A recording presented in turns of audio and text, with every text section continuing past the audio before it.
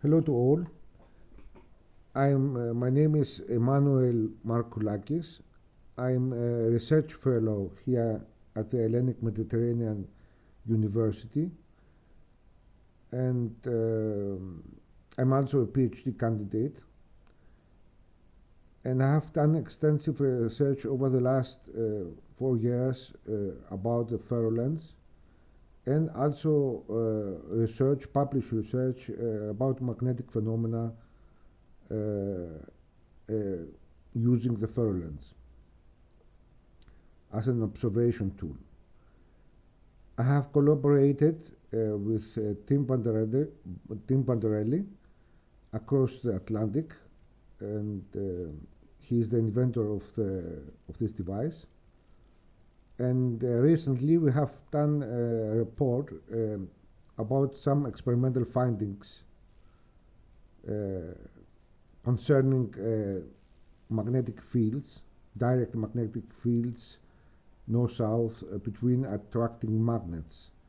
These fields are homogeneous fields, similar to the field inside a solenoid or a Helmholtz coil. And because this was not done before, we have Vanderelli did these experiments. I have the conceptualization of the whole experiment, but Timm did the experiments across the Atlantic from the other. And we analyzed the results, and we had like now to share these findings with you. So here is the report. So what is the ferrolens? The ferrolens, shown here, is a flat optical lens which is comprised by two flat optical glasses, and sandwiched within is a thin film. For this particular type of lens here, we used a thin film of 10 microns thick of superparamagnetic fluid. This is small nanoparticles, 10 nanometers average in size, which act like magnetic sensors. Therefore, the ferrolens, or called also with its commercial name Ferrocell, it's a quantum magneto-optical device and flux viewer, magnetic flux viewer, for visualizing in real time magnetic fields, which is extremely important for those who study the geometry and topology in detail of magnetic manifolds.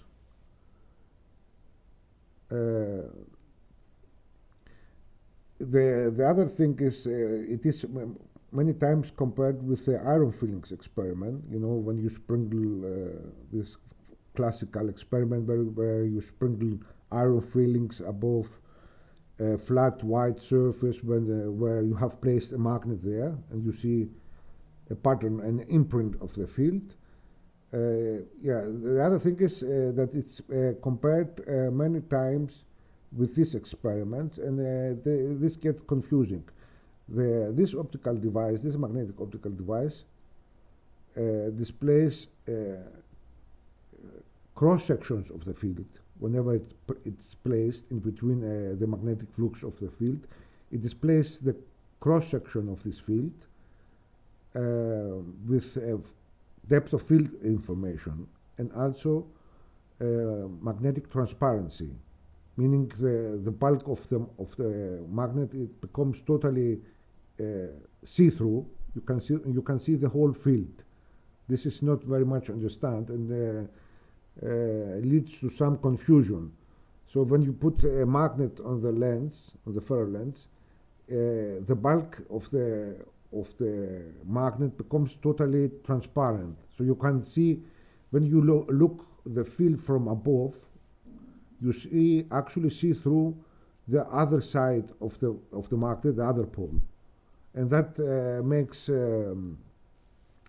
people confused, and they say something about it's not possible that you have crisscrossing of lines, of magnetic flux lines, but what actually is happening in the lens is that these fields, the actual field, the 3D field, the Euclidean field, is compressed and displayed on a 2D surface, which is the surface of the lens.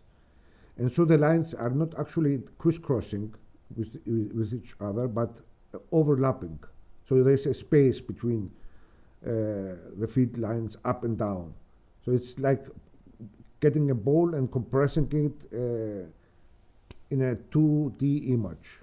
So it's not true that the lens depicts rolling the field. It's just another more rich depiction of a magnetic field in a 2D surface. So we have always keep in mind that the images we get in real time of the field are 2D compressed. But it retains depth of field information and also magnetic transparency, which is very important when we study ferromagnets. So let's go straight now to the experiment. We wanted to probe the homogeneous field between two attracting magnets separated by distance L. So there's air here, and the lens is positioned vertical to the field lines, to the magnetic lines of force. So the glass surface. So this is the profile of the lens, not the face of the lens. Yes, and the face of the lens is facing vertically the magnetic field between north and south magnets. Of course, the field here is homogeneous. It doesn't make this hyperbolic shape, but this illustration here indicates actually that the lens is probing a patch of the field, not the whole field here. Yes, so it's in some way lensing the field, and that's what this representation here of a wormhole, of a tunnel effect. But in reality, the lines are going here straight. Yes, as predicted by theory.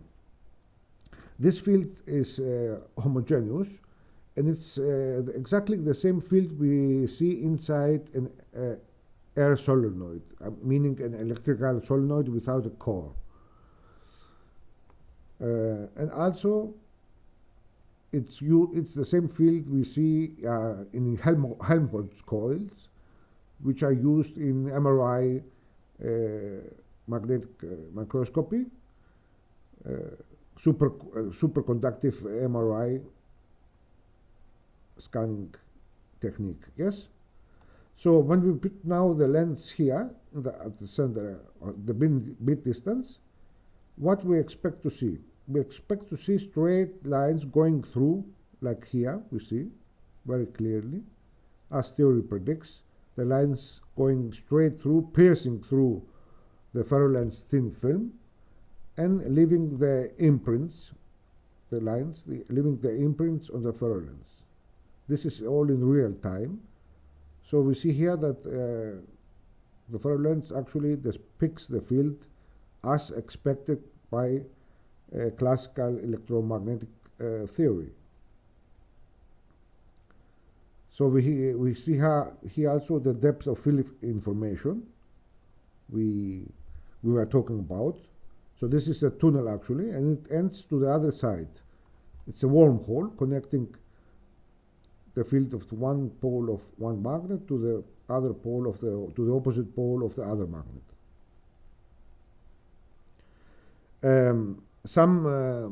We have to comment something here. Normally, the flux lines depicted by the lens, by the ferrolens, are bright lines, like here, bright lines, like this here. So they are luminous bright lines. This is here the field picture of a magnet placed on its side. Here, left and right, the black holes are the physical positions of the two poles of the magnet. And here is the flux as depicted. We will explain later this, why we see this image. Also, these here lines, orange bright lines, are the flux lines. But here, for this example here, for this experiment, we see that the lines are coming as black. The flux lines are depicted as black. Why is this? We have to say something here, because there are, among the audience, there are also people that are experienced with the subject of the ferrolens and depicting magnetic fields, and they know that the lines are bright, but not in this experiment, this particular experiment. So we have to explain this. The reason is exactly the same why we see the center of the poles of the magnet as black holes. It's the same reason. So why we have here this? Here we have the flux lines; they are luminous, but the center of the black holes are depicted as black holes.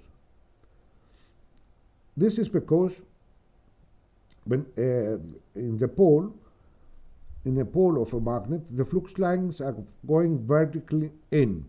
So the flux lines here of the magnetic field of a dipole magnet, at the region where the center of the poles are located, the flux lines are going straight in. So what this means? It means that now the lines are piercing through the thickness of the lens. And because it's now the lines, the flux lines are going vertically in, and they are not skimming the surface of the lens, where we have here in the perimeter the artificial lighting, we have therefore minimum light scattering. So imagine here the lines are have a horizontal component of the field, and therefore there is a large amount of light scattering, and that illuminates the lines and makes them visible. But at the pole regions, the magnetic flux is going, as we know from theory, from the classical pattern of the magnetic field of a magnet, the lines are going straight in. So now they are not, there is no horizontal component, but the magnetic flux lines are piercing directly through the thickness of the thin film of the ferrolens. And the thickness is 10 to 25 microns. For this lens is about 25 microns, but here in the lens we use this type of lens, the mini ferrolens, which is a very sensitive lens. It has it can show up fields just 10 millitesla in strength, so it's quite sensitive, very sensitive, I can say. So here we have the same situation, because we have positioned the lens face on directly in between the field, and this field here, this particular field has straight magnetic flux lines. It's very homogeneous. These lines are now piercing directly through and going through the only just 10 microns thick thin film. So this produces a very low light scattering. There is no actual light scattering, and that is the reason why the magnetic flux lines are appearing here as black, going through the tunnel here from one side of one magnet to the other side. So this is a very important observation. It was never done before, as far as we know. Usually we use the ferrolens to depict single permanent magnets, but now we have pierced the direct field between two separated magnets. And we can see here the same field also existing, also viewed here with the ferrolens, inside an air solenoid. Yes, so we can see here, for the exact same reason, yes, this is the field, the cartoon depiction of the north-south field, as theory predicts, of between two separated unlike poles of two magnets. And here is the cartoon depiction of the field expected by theory of air solenoid, solenoid, an electrical solenoid, which has no core inside. There is no ferromagnetic core, just air. So we expect also here, as in the case of the two separated magnets, the same kind of homogeneous field with straight magnetic flux lines. And we can see again this verification with this quantum magnetic flux viewer, the ferrolens. Quantum because it has nanomagnetic sensors, and we will see later on why this is very important, and what potential leads to new discoveries about ferromagnetic matter. We will discuss this later on. So here in this air solenoid, here, which is many turns of wire powered by a DC source, we see exactly the same phenomenon. So we have black here. Why black? Because the lines are piercing directly through the thickness of the lens. Yes. Don't be confused by the perspective of the camera here. The camera is inclined, but you must imagine that the lines are going straight vertically to the glass surface here, and that is why we see here this black region. It doesn't mean that there are no magnetic flux through there. In the contrary, there is the most dense magnetic flux lines passing through, magnetic lines of force passing through the center here. But it's just because we have light scattering, we have no light scattering of the vertical lines passing through, that we don't see anything. So it's actually the same with the black lines here. Yes? And the same as the center of the poles are depicted here of a magnet, where the lines are going straight through the thickness of the thin film of the ferrolens. So actually this here, because the field produced by this electrical coil is very low in strength, I assume it's not more than it must be less than 30 millitesla here. This lens is a different type of lens, it's not that sensitive. But this actually was a lucky pick here, because you see here we see bright luminous, the flux lines depicted by the lens as bright luminous. So why they are not depicted like black here? We say that they should be depicted as black because they're straight. Yeah, because these lines here on the perimeter of the inside perimeter of the coil are having a little of curl. It's not visible here, but they have a little of curvature. That made them visible to diffract, to scatter light enough, so they are made visible. Because the field is here very low, if we had this little curved here flux lines, we will not able to see anything. We will just see a black thing. But this little curve here on this particular lines on the perimeter of the inside perimeter of the coil allowed us to make them visible, and so also to verify the straight homogeneous magnetic flux field existing inside an air solenoid. So we have two verifications of the predicted by theory field geometry, one between the two separated magnets, north-south field, and also using the ferrolens with an air solenoid, which proves that the ferrolens is a very accurate tool for depicting the geometry of the field and the direction of the magnetic flux.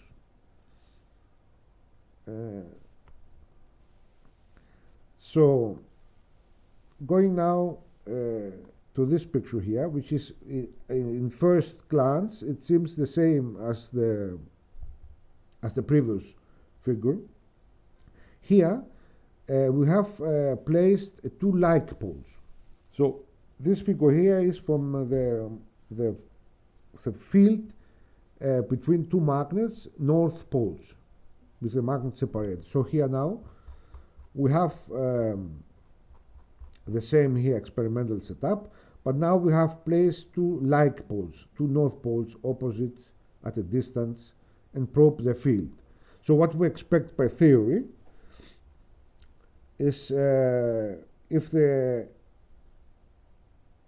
lens is exactly positioned at mid-distance, we expect this here cartoon representation. So that now the lines, due to the repulsion of two magnets, are deflected. So where here in this tunnel path is now closed. There is no path between the magnetic flux flowing from one magnet to the other because the repulsion.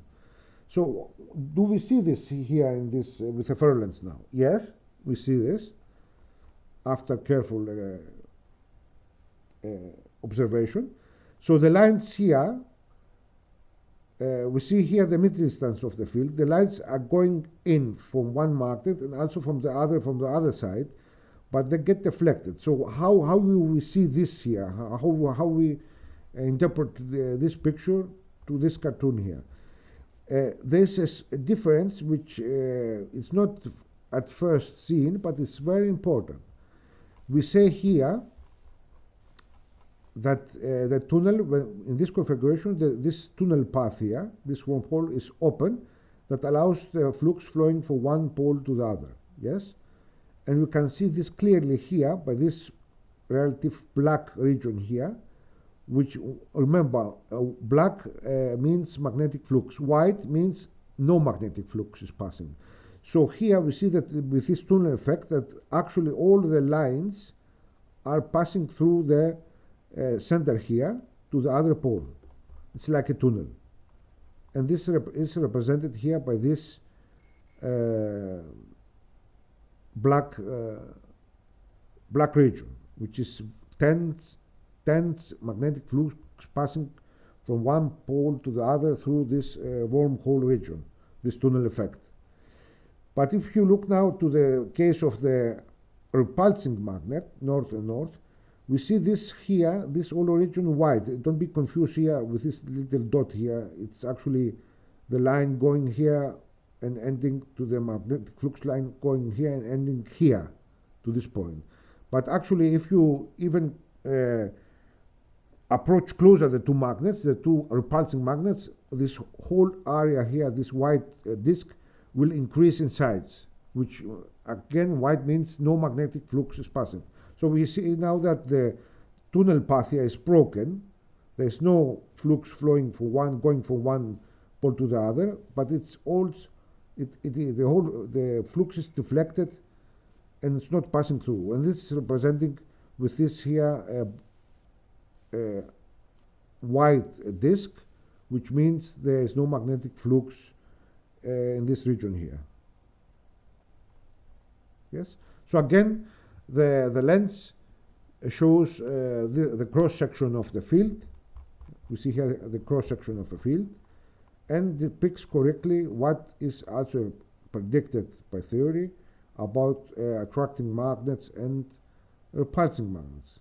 Remember, we see always a cross section, a 2D projection cross section of the field in which we place the ferrolens in. So now we're going to the next part here and explain something which is initially it was a subject of debate among the science community, and not only, and by also enthusiast amateurs. And we had like to decipher here what exactly we see with a ferrolens, and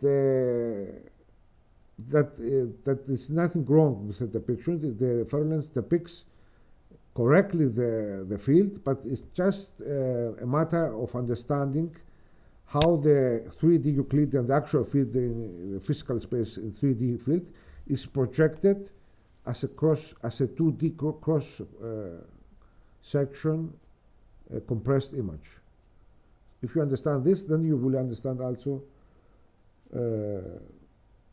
everything about ferrolens. So, yes, before going to continue the presentation, let's go to see first a video from the experiments done by Timm Vanderelli, which is quite nice and enlightening of what's happening here. So yes, this movie here.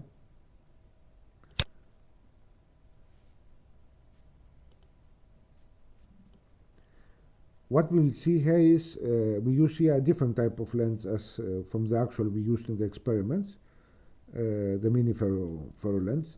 Here we have a multicolored lit ferrolens.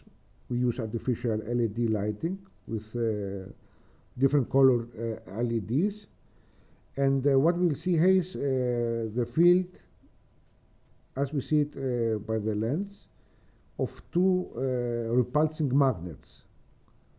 You remember the tunnel path which is closing as we approach the repulsing magnet. So we have here north field of one magnet. This is a cylindrical magnet, and here is its north pole. And on the other side of the lens, here at the center, is the other north pole of the other magnet. And we approach now this magnet, we approach the two magnets, and we will see exactly the effect we described before of the tunnel path here, because the deflection we have due repulsion, the tunnel path is closing. So let's see this movie.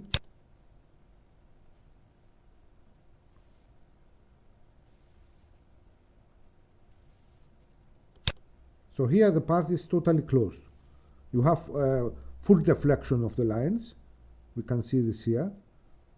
Yes, the lines are deflected. So here is the polar field, the field on the pole of the one magnet, and from the other side is the flux lines of the field of the other magnet. And we see here the lines are deflected exactly as also predicted by theory. So I mean, this I think that idea was a good idea, to see a movie in real time of what is actually happening.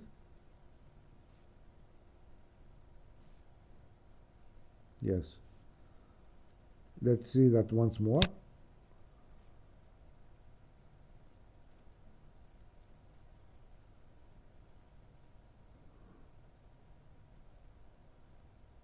Yes. And as we throw the magnet, the tunnel path opens again, because now we have only one magnet displayed. That was the reason that the hole was opened again, because as we throw the magnet from above, we actually see only the magnetic field of the other magnet, and that's why we see the pole of the magnet as a dark, as a black hole. So let's continue the presentation. So in this configuration now, in this experimental step, we have positioned the two magnets not vertically to the surface of the lens, but left and right. So now the magnetic flux lines are going parallel to skimming the surface of the lens. They're going parallel to the surface of the lens, and that's exactly the reason now why the magnetic flux lines are not appearing like black lines, but like luminous white light. Yes. We use in this mini ferrolens here, the artificial lighting is white, is done by white LEDs. But we see something peculiar, which doesn't fit what we know from the classical field. Shouldn't the lines going this way here, from one pole to the other, not like this, vertically? What's going on here? So that's a good question. But the answer is very simple. simple when you understand how the field is 2D compressed and projected on the lens. So we should expect actually what theory predicts to see something like that. This is a cartoon representation of the field. The field lines looping as circular loops between the north and south fields. Therefore, the field is curved, we say. That's the theory. But we see this here.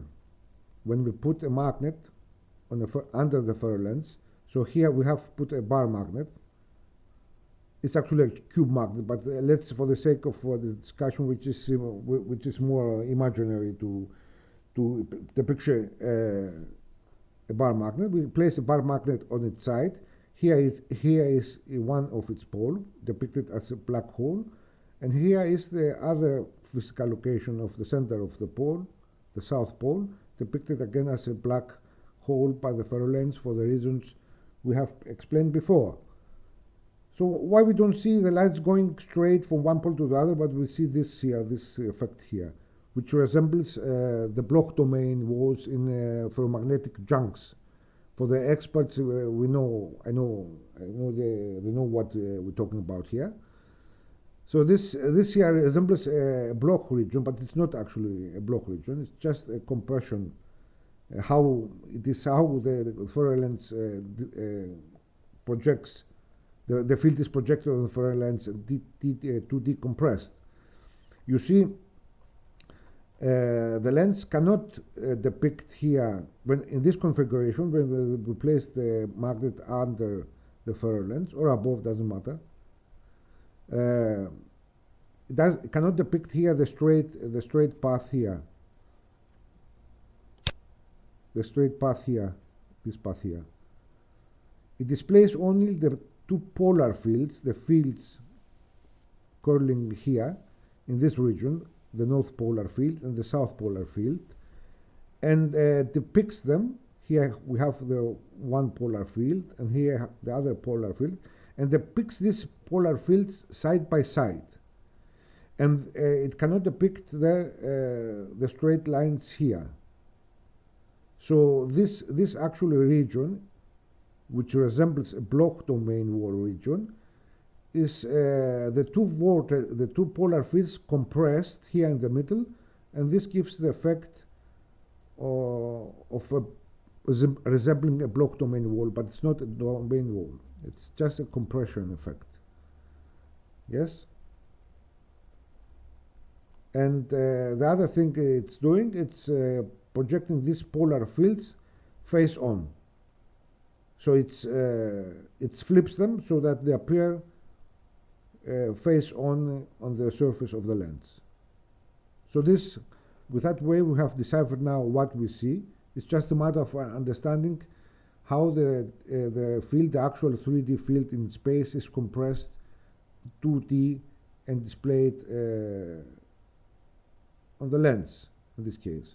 So if we wanted to see the actual axial flux here, running here, we have to position the lens perpendicular to the field, as we have in the case here, in the experiment we did with the ferrolens here. Yes, where the surface of the lens is cutting, is giving the cross section of the field here. It's positioned perpendicular to the magnetic flux, and not horizontal, as we have here in this case. Yes? So this here now, this experiment, because the distance we have between the two magnets, and we didn't put a single magnet on it, but the field is the same, as we in the case we have a single magnet put on its side under the ferrolens, the same situation, it's the case equivalent. Why we see the polar vortices, but just the lines here, which are resembling a Bloch domain wall. This is because the field in this case, in this experimental setup, is zoomed out. The magnets are at a distance. The distance here is 45 millimeters or 4.5 centimeters for the European audience, and for the US audience from the other continent, it's 2.54 millimeters, 1 inch. So it's about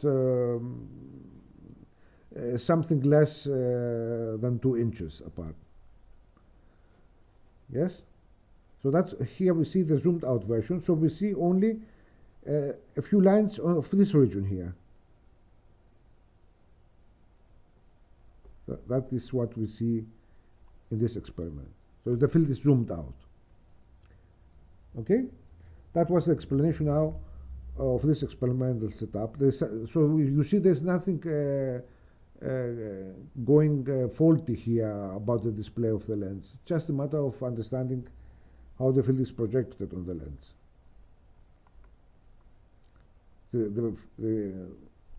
The lens, the ferrolens still shows correctly the field. Only it doesn't display the axial field, only its polar two fields displayed side by side.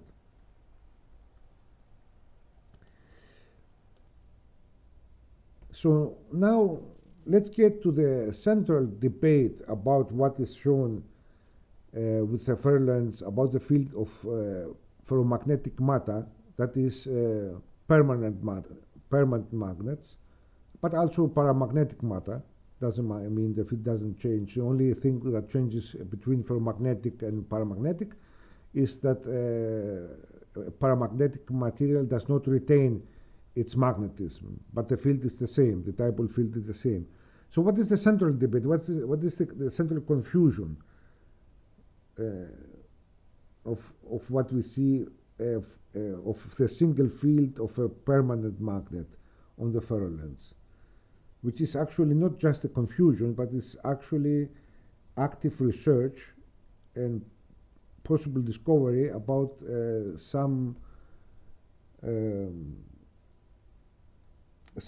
new characteristic we found about ferromagnetism, and have done numerous publications on this matter using the ferrolens to study the magnetic fields of permanent magnets, which I will present to you at the end of the presentation.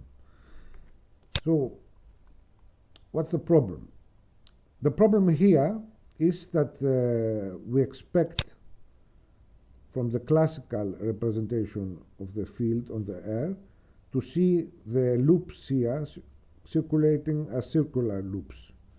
But what we see when we extrapolate this 2D projected image of a single permanent magnet placed under the ferrolens, when we extrapolate this 2D projection in 3D projection, in the actual field in the Euclidean space, in the 3D Euclidean space, we see this here.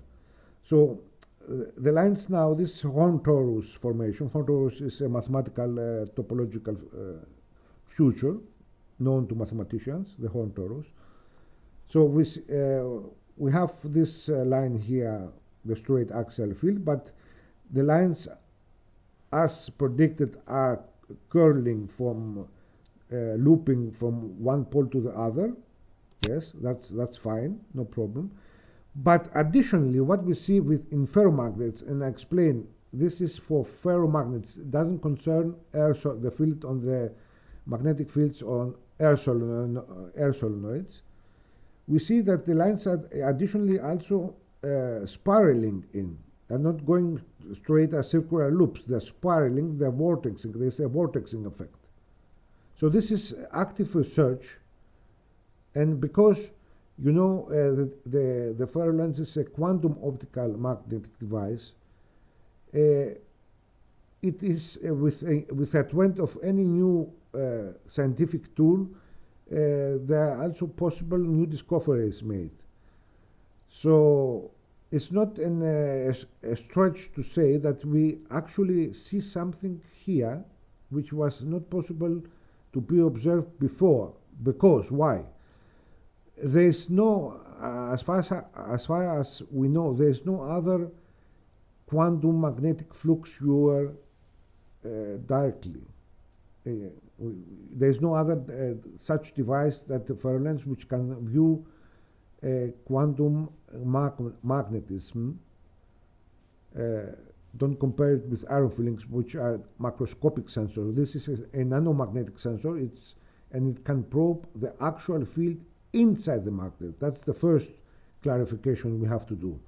That what we see with the ferrolens of the field of ferromagnet is not the classical field of the ferromagnet, which is the field formed on air, projected on air, and it's more like a tension field between these two vortices here. The two vortices. What we see actually is two vortices. So let's play this presentation, and I will show you an interesting picture.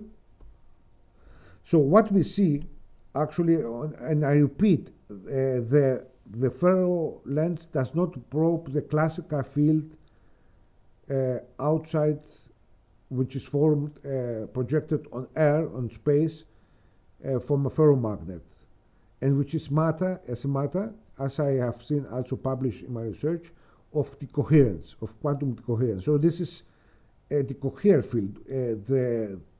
What, in contrary, the lens does, the ferrolens, is that it is probing the field inside the magnet. So we call this the quantum magnet field, which is also the net nanomagnetic version of the field. And what we'll see with the ferrolens conceptually is that these two vortices, these two magnetic vortices, are coherent to this familiar field. It's like a tension field, like two fans, two dipole fans, which are spinning in opposite directions, one clockwise and the other anti-clockwise, and creating a dipole airflow. So we see here, it is true that we see something different. The lines are vortexing, they're not going straight loop, but the whole concept here is that these magnetic polar vortices are creating this tension field, which is the decoherent macroscopic field. That's the whole idea. So this is active research. We're not conclusively say that is not yet established and established theory, but we see a potential discovery here. This publications I did on this subject are numerous and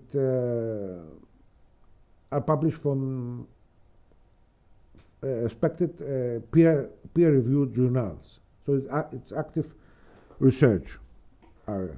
So returning back to the experiments.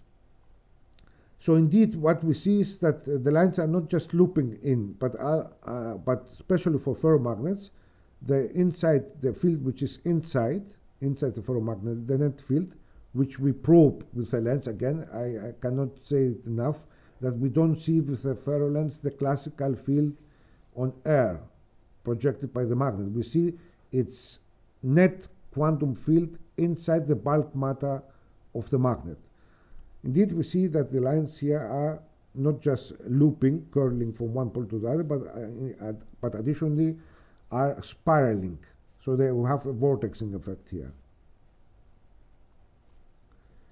And we can see that more clearly. This is the imprint we get by the ferrolens from one pole of the magnet. And we see again that the lines of force are clearly spiraling inside. So the pole now, the magnet is under the ferrolens, face on, the pole of the face on to the surface of the ferrolens, and that is the tunneling with ×8 camera magnification. That is what we see of the lines going straight into the pole, which is depicted as black for the reasons we explained before. But these lines are spiraling in. Yes. So now there is a debate, also a question, a very valid question from other respected researchers, and say that this image cannot be true, cannot represent magnetism, because we see here the lines are crisscrossing, right? So this is a case in magnetism which is unacceptable. Two lines of force cannot crisscross. It's a fact, and it's also proven. But again, this is due a future the ferrolens has, which is not understood, the future of magnetic transparency. It's exactly like an MRI machine, which pierces and makes transparent the mass, the matter of the patients under the MRI scan, and you can probe only specific organs. You can probe specific organs inside the patient's body. So for whatever magnetism concerns, his body is transparent, and we can therefore see its inner, the magnetic picture of its inner organs. So this is a very crucial point to understand about it's actually a future. It's a good thing. It's a future of the ferrolens, not something prohibiting. That what we see under the ferrolens is magnetic transparent. And I explain right now what I mean by that.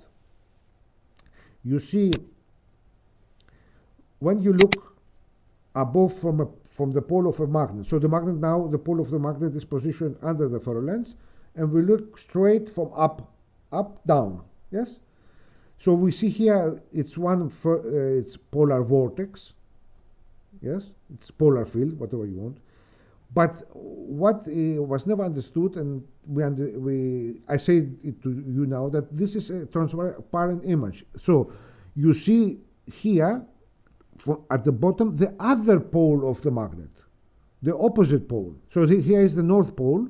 We see the field, the flux lines from the one polar field, the north field. But below, we see the counter-rotating flux lines of the other pole of the magnet here at the bottom. So these lines here, which are more bright because are more close to us,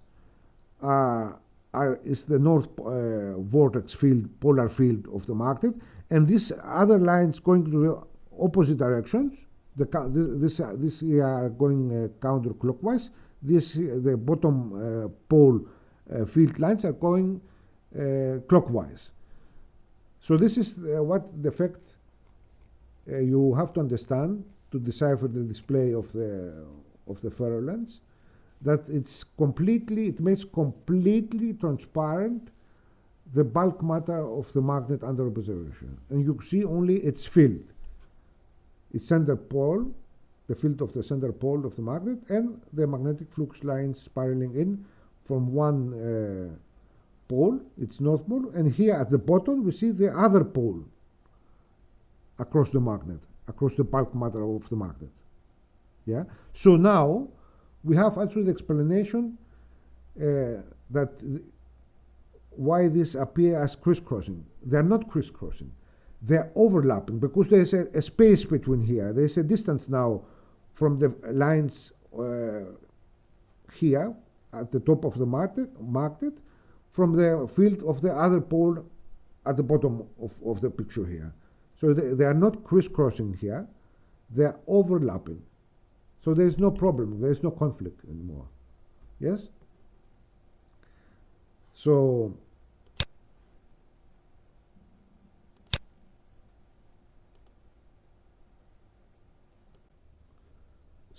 they are not crisscrossing, as I said before. It's just a compression effect on the 2D. Is how the field is projected. The 3D physical field on air is projected. The field of the bulk matter of the magnet is projected at the 2D surface of the lens, which gives the impression that these lines are crisscrossing, but they are not crisscrossing. They are actually overlapping, like here, because you see there is a distance here. So they are not crisscrossing. There is a physical distance here, and the lens are spiraling in and overlapping and not crisscrossing. Okay, let's continue. Yes, I don't want to give any more details. You can read in the references uh, more details about this matter. It's active research. It's actually a quite extensive research we did, me and other researchers independent from me and from my institution, about the ferrolens. It is a scientific tool, yes, which very promising scientific tool. It has a unique future that as a physical device, as a physical display of magnetic flux viewer, that it can show discrete magnetic flux lines. And that makes it very attractive for research about the geometry in detail of magnetic fields, the topology, and also for studying complex magnetic manifolds. These are, for example, magnetic arrays. And you cannot just not see that. So here, when we continue this report, here are the technical details of the experiments, the magnets we used with the technical specifications. Also here we have the setup of the experiment. So we have here one magnet, the other magnet. We have used spacers, and the lens is here exactly at midpoint, at the mid region, and it's only one, the mini ferrocell we use is very sensitive. It has 1 millimeter thickness only, and it's 35 millimeters across. And the distance for the north-south field experiments was 30 millimeters, and for the north-north configuration was 45 millimeters, as seen here.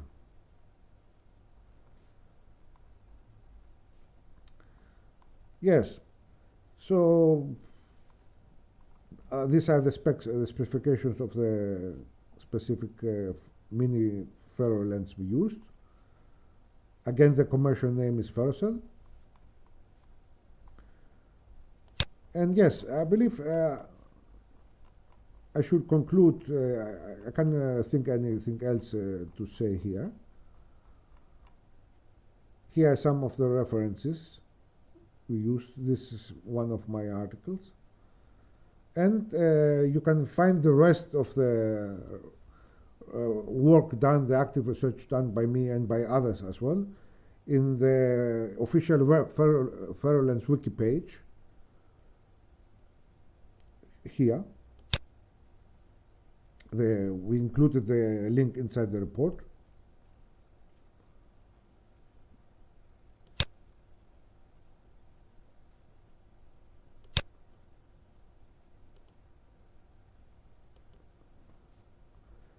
So here is the official wiki page of the ferrolens, and here are the references with all the related research done about the ferrolens and with the ferrolens about magnetic fields, and also related studies to this matter. Okay, so I believe this concludes this presentation.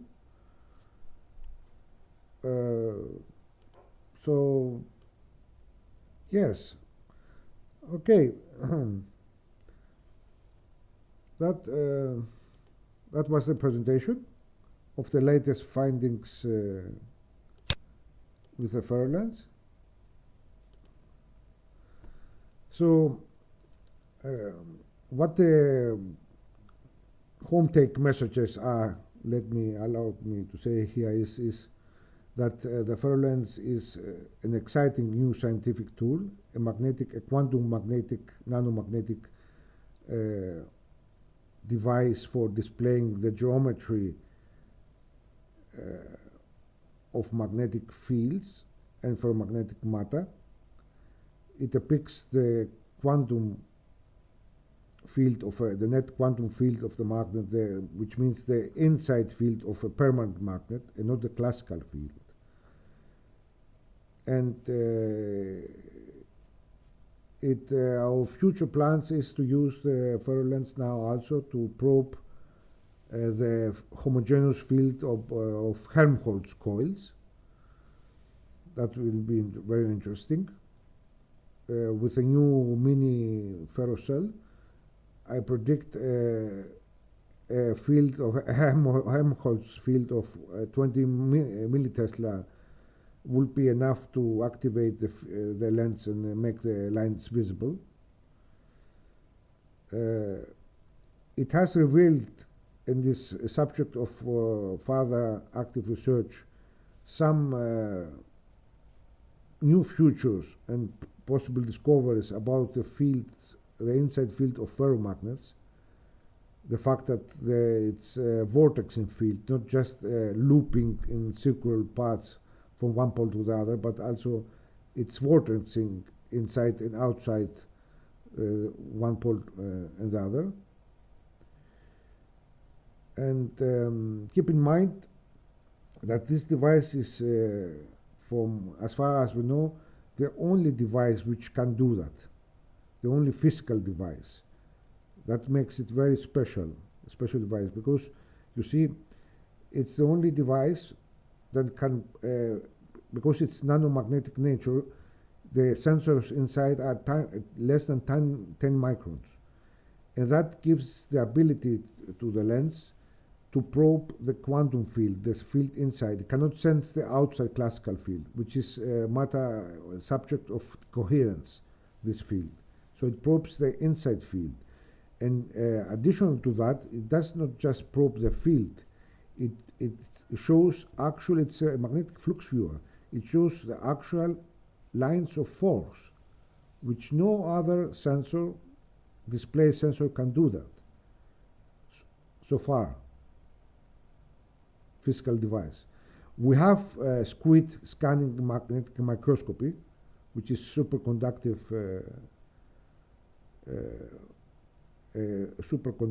quantum sensor as well.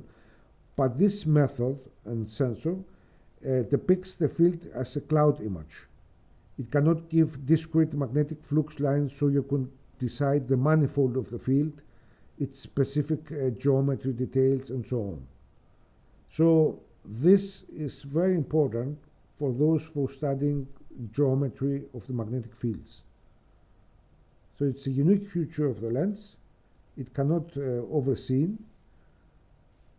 And for those who talking the contrary, as being just a gadget, it's not true. We have proven that because it shows correctly the field, the homogeneous field of inside solenoids, as well the direct field between two magnets attracting, and we will continue to prove that now with the Helmholtz experiments, that it's not possible that the ferrolens is showing wrongly the field. It cannot you cannot have both. Yes, you cannot. It cannot show correctly the field of inside solenoids, but showing wrong the field inside ferromagnets. You cannot have it both ways.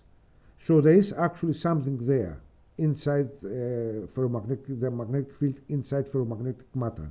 I repeat, not the classical field outside.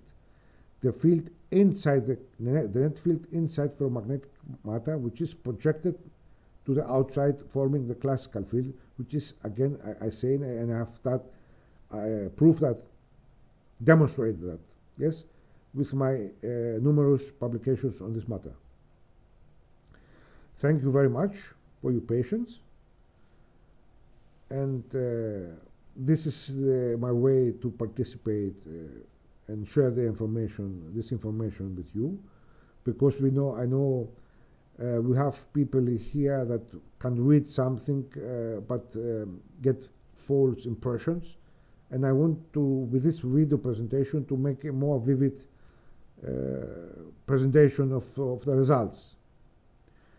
Thank you very much. This is Emmanouil Markoulakis from the Hellenic Mediterranean University.